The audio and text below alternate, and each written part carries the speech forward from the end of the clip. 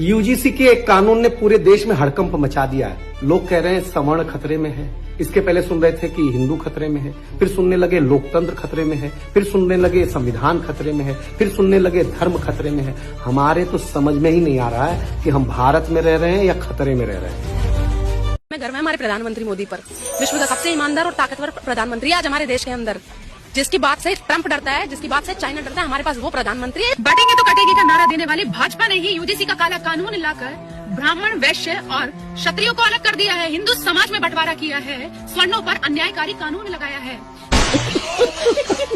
जात पात की करो विदाई, हम सब हिंदू भाई भाई, यही नारा लग रहा था ना अभी तक। एक यूजीसी आ जाने से वो नारा खत्म हो गया, वो हिंदू भाई भाई सब खत्म हो गया। भाई क्यों कर रहे हो उसका विरोध? मुझे तो यही समझ में नहीं आ रहा। मतलब जितने भी हमारे स्वर्ण समाज के लोग हैं, क्या वो चाहते हैं कि ये भेदभाव बना रहे? उस भेदभाव को हटाने के लिए ही यूजीसी में बदलाव किए गए हैं। कभी महंगाई पर आंदोलन नहीं किया, कभी बेरोजगारी पर आंदोलन नहीं किया, कभी भी गिरते हुए रुपए पर आंदोलन नहीं किया, लेकिन आज जब सरकार ने कुछ अच्छा काम किया तो उसके विरोध में आंदोलन शुरू कर दिए। हो क्या रहा है इस देश में, मुझे तो समझ में नहीं आ रहा। अगर आप लोगों को कुछ समझ में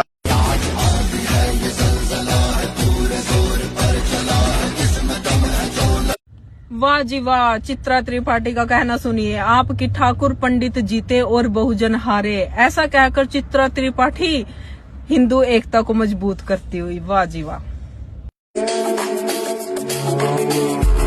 पूछना ये था कि जब 3 कृषि कानून भी सही थे, एनआरसी भी सही था, सीएए भी सही था, जीएसटी बिल भी सही था और तो और नोटबंदी भी सही थी, तो भाई साहब ये यूजीसी गलत कैसे है? क्योंकि जो इन सब बिलों को लाए थे, जो राम को लाए थे, वही तो यूजीसी लाए हैं। या फिर यूं कहें कि दिक्कत आपको ओबीसी से है, क्योंकि एससी एसटी तो इसमें पहले से भी थे, नया तो ओबीसी जुड़ा है, तो ओबीसी से दिक्कत हो रही है।